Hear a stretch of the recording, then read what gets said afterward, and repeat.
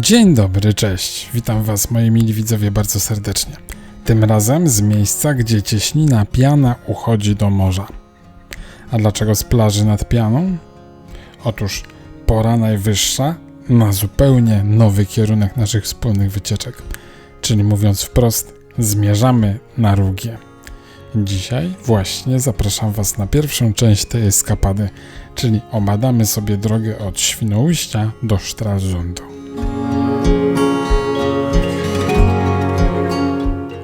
Świnoujście i Stralsund to około 130 km wygodnej drogi rowerowej początkowo przez Uznam. I takie też było moje pierwotne założenie. Koncept ten został natomiast zachwiany dość stanowczą prognozą pogody, która wieściła popołudniowe burze. I tak mając do wyboru albo gonitwę, żeby jako tako przed tymi burzami zdążyć, albo jakiś inny sprytny sposób, wybrałem sprytny sposób. A co było jednym z powodów takiego wyboru, oprócz samego faktu tychże burz? Fakt, że Uznam mam już dość dobrze objeżdżony. I dlatego, moi mili widzowie, jeżeli poszukujecie detalicznych relacji z samego Uznamu, to zapraszam oczywiście do filmów oraz do playlisty, do których to linki oczywiście możecie znaleźć w opisie do tego filmu lub po prostu na kanale. Tam całą rowerową drogę uznamską będziecie mogli sobie dokładnie obadać. Ale zróbcie to bardzo proszę po tym filmie, albowiem tutaj i teraz nigdzie nie przeskakujemy w czasie i przestrzeni, tylko tę drogę przez Uznam pokonamy nieco inaczej, gdyż podjedziemy na przystanek kolei uznamskiej Świnoujście Centrum, żeby obadać, jak wygląda podróż koleją przez Uznam z rowerem.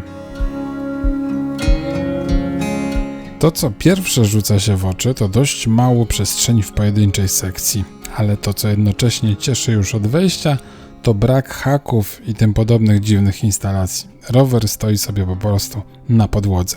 Pierwszy kurs ze Świnoujścia jest już o godzinie 5:16 i przez sporą część dnia kolejka odjeżdża co pół godziny. Istotną różnicą tutaj, jeżeli chodzi o kolej i rower, jest fakt, że w kolejach regionalnych musimy na rower nabyć bilet całodzienny, ale jest on ważny i na UBB, czyli aż do Cusów, i na DB Regio, gdybyśmy w tymże Cusów planowali przesiadać się dalej. I taki bilet, czyli Fahrradtageskarty, to wydatek 8,50 €.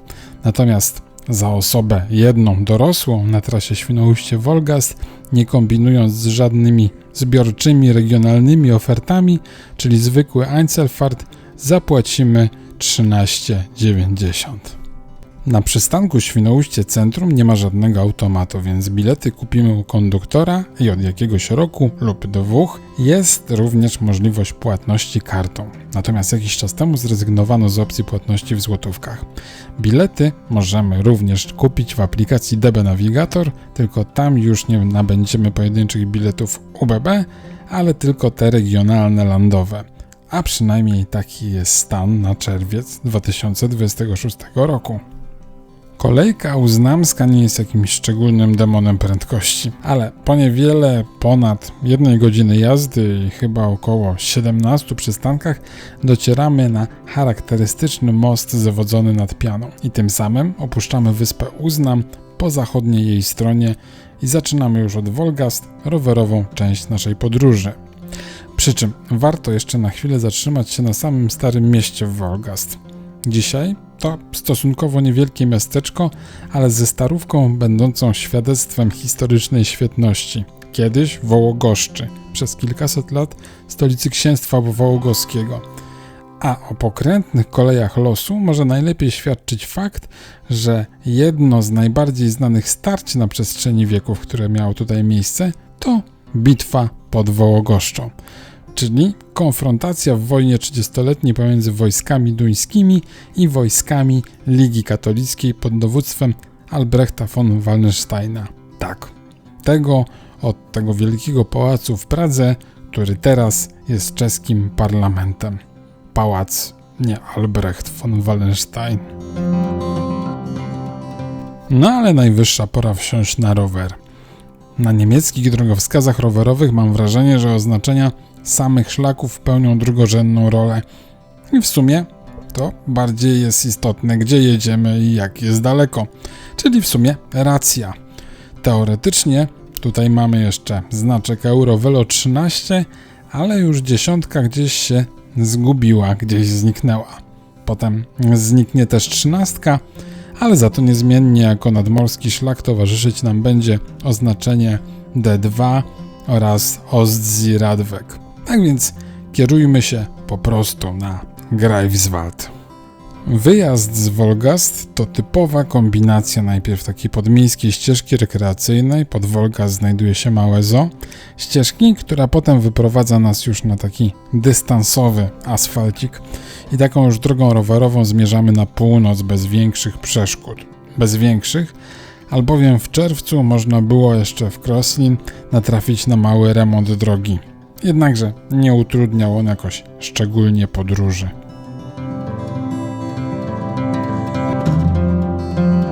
Górek po drodze nie ma, więc krajobraz płynnie przesuwa się przed oczami, ale we Frist warto zjechać z głównej trasy co najmniej z 3 powodów. Pierwszy z nich to malowniczy port rybacki u ujścia Piany, a oprócz tego jest tu jakieś małe gastro, ale chyba jestem jeszcze zbyt wcześnie, żeby je dokładnie obadać. Drugi powód, atrakcyjno-komunikacyjno-logistyczny, taki do wykorzystania na przyszłość, jest taki, że znajduje się tu przystań małego promu, a właściwie stateczku, który kursuje pomiędzy Frist i Peenemünde, tam i z powrotem. Dzięki niemu można przeprawić się z Uznamu lub na Uznam za 10 euro z rowerem. 6 euro dorosły, 4 euro rower. Tak więc jadąc ze Świnoujścia przez Albek i dalej przez Uznam, nie trzeba skręcać w kierunku na most na Wolgast, tylko można pominąć tę część wycieczki i tę część malowniczego ujścia Piany pokonać drogą wodną. No i właśnie, malownicze ujście Piany. Trzeci powód, bo miały być 3 powody, to taki, że tuż za niewielką wydmą znajduje się u ujścia owej Piany całkiem kameralna, ale rozległa plaża. I o ile w czerwcu rano to dość naturalne, że nie ma tutaj tłumów, to obstawiam w ciemno, że i w bardziej sezonowych porach nie ma tutaj aż tak wielu plażowiczów. A miejsce jako takie na relaksacyjny postój prezentuje się naprawdę zacnie.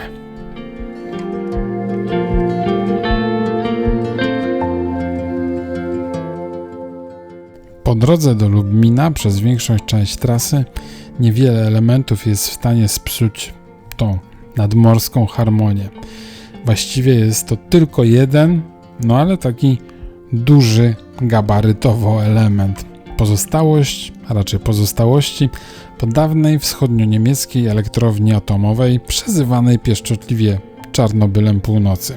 Chociaż to inna technologia. Na terenie dawnej elektrowni obecnie znajduje się zakład demontażu dawnych bloków reaktorowych prowadzonych przez EWN GmbH.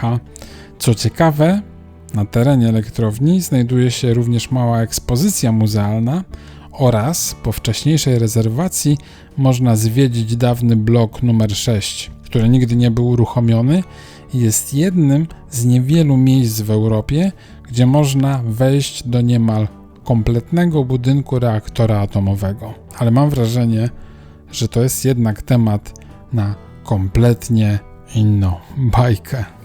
Zaledwie kilka kilometrów od dawnej elektrowni atomowej znajduje się niewielki kurort Lubmin.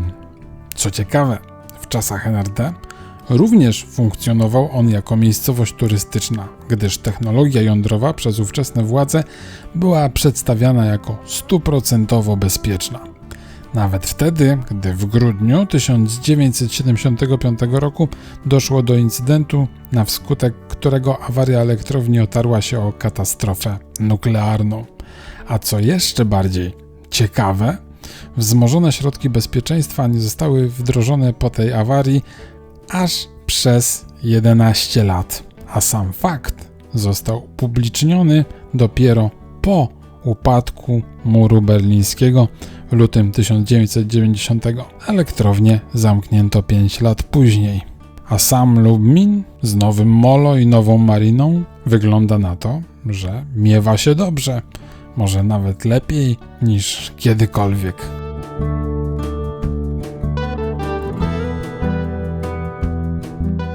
Od Lubmina, a może nawet odrobinę wcześniej, poruszamy się już na wysokości Zatoki Greifswaldzkiej lub jeszcze bardziej mówiąc po polsku lub po morsku Gryfijskiej. I o ile rzut oka na mapę pozwala przypuszczać, że jest to, mówiąc potocznie, fragment Bałtyku, który wpasowuje się pomiędzy Rugię a ląd stały, to wody tegoż akwenu należą do wód brachicznych, takich jak wody Zalewu Szczecińskiego, czyli takich, gdzie woda morska miesza się ze słodkimi wodami rzecznymi. Za Galkow, gdy droga wyraźnie zbliża się do wód zatoki, warto tutaj zjechać na chwilę. I na odpoczynek, i też po to, żeby zobaczyć, że sam krajobraz, bądź co bądź morskiej linii brzegowej, jest nieco odmienny od tego, do którego można przywyknąć w polskiej części Bałtyku.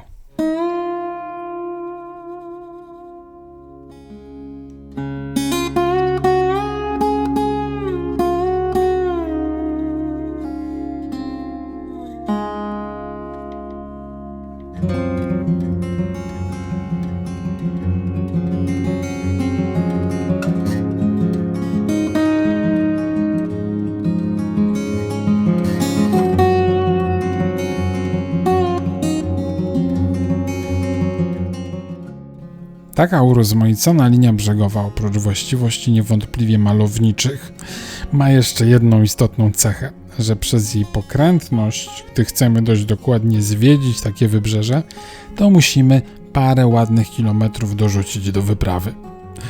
I za Galkow przez Ludwigsburg i Chemnitz robimy taki dość spory zawijas i wody zatoki w mniejszym lub większym oddaleniu będą nam towarzyszyć aż do samych przedmieść Greifswaldu.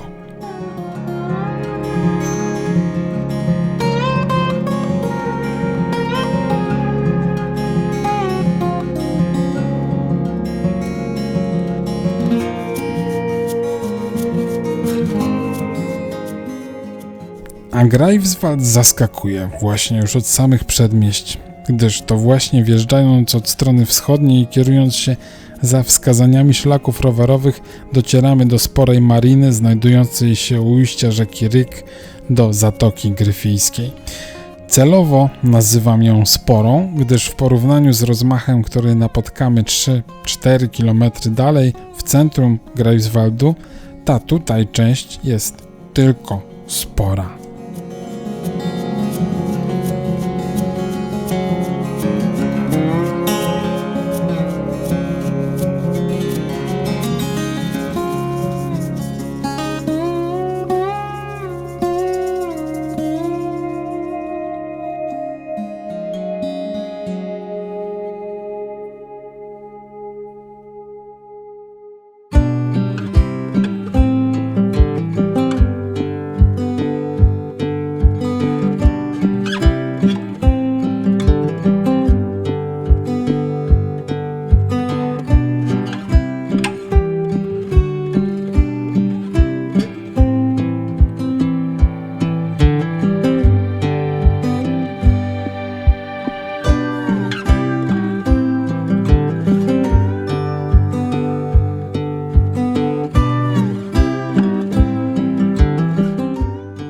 Nabrzeża w Greifswald zaskakują, ale przede wszystkim zaskakuje Stare Miasto, zwłaszcza po odwiedzeniu Wolgast, które było przez setki lat stolicą księstwa wołogoskiego. Rozmach Greifswaldu może przywoływać pytanie, o co tutaj chodzi.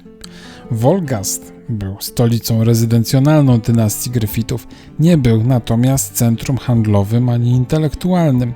To Greifswald był od XIII wieku pełnoprawnym członkiem Hanzy. Port tutaj leżał bliżej otwartego morza. Kupcy, składy handlowe, dochody z ceł, to wszystko napędzało szybszy wzrost. Dlatego też mając dochody, prestiż oraz infrastrukturę mogącą utrzymać uczelnię wyższą, to tutaj właśnie Warcisław IX ulokował w 1456 roku uniwersytet, jeden z najstarszych działających nieprzerwanie do dzisiaj uniwersytetów Europy Środkowej. Kolejne koło zamachowe rozwoju tego hanzeatyckiego miasta.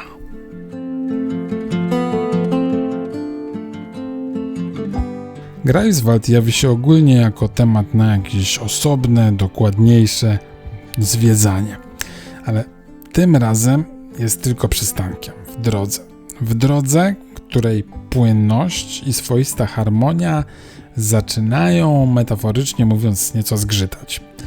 Pierwsza niewygodna rzecz jest taka, że pomimo tego, że słońce zaczyna się skrywać za coraz grubszymi chmurami, to jest coraz bardziej gorąco, parno i chyba nawet zrobiła się wcale nie metaforyczna, taka cisza atmosferyczna, co oznacza, że za chwil parę trzeba będzie włączyć radar burzowy. Druga niewygodna rzecz jest taka, że gdzieś około mniej więcej 10 km za centrum Greifswaldu zacznie się, chyba można tak powiedzieć, słynny odcinek drogi do Stralsundu. A dlaczego słynny? Albowiem ze względów, nie wiem, chyba zabytkowych, droga tutaj wiedzie taką stuletnią kostką. I na początkowych odcinkach droga dla rowerów przechodzi jeszcze w takie opaski asfaltowe po bokach tej drogi wiekowej, brukowanej. Ale tylko na początkowych, bo od okolic 65 km naszej trasy z niewielkimi przerwami przez następne ponad 15 km będzie telepało.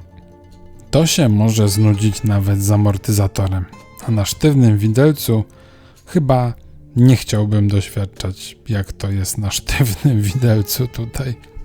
Ale i w tej monotonii przychodzi, chyba mogę tak powiedzieć, urozmaicenie wynikające z niedogodności pierwszej.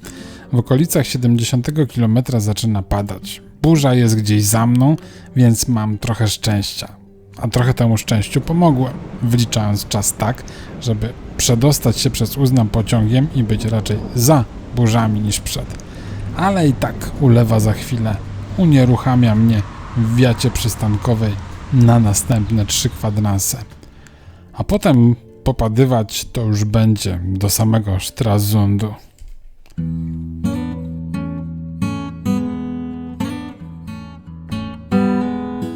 I tak właściwie to sucho się robi dopiero pod mostem rugijskim. I tutaj też już nie muszę przecierać obiektywu, mogę normalnie filmować.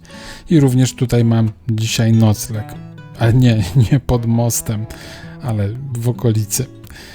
87 km z Wolgast razem z odpoczynkami, deszczem po drodze i wszystkimi innymi przerwami zajęło mi prawie 7,5 godziny. Tak więc tempo było iście spacerowe. Właśnie takie, jakie sobie założyłem na dojazd do Rugi. Tak, żeby na samej wyspie nie być zmarnowanym samym na nią dotarciem. Stralsund wita mnie bogactwem kolejnego hanzeatyckiego miasta, więc tym razem tutaj skorzystam, odpocznę. A w następnej relacji zaproszę już Was na wycieczkę na samą Rugię.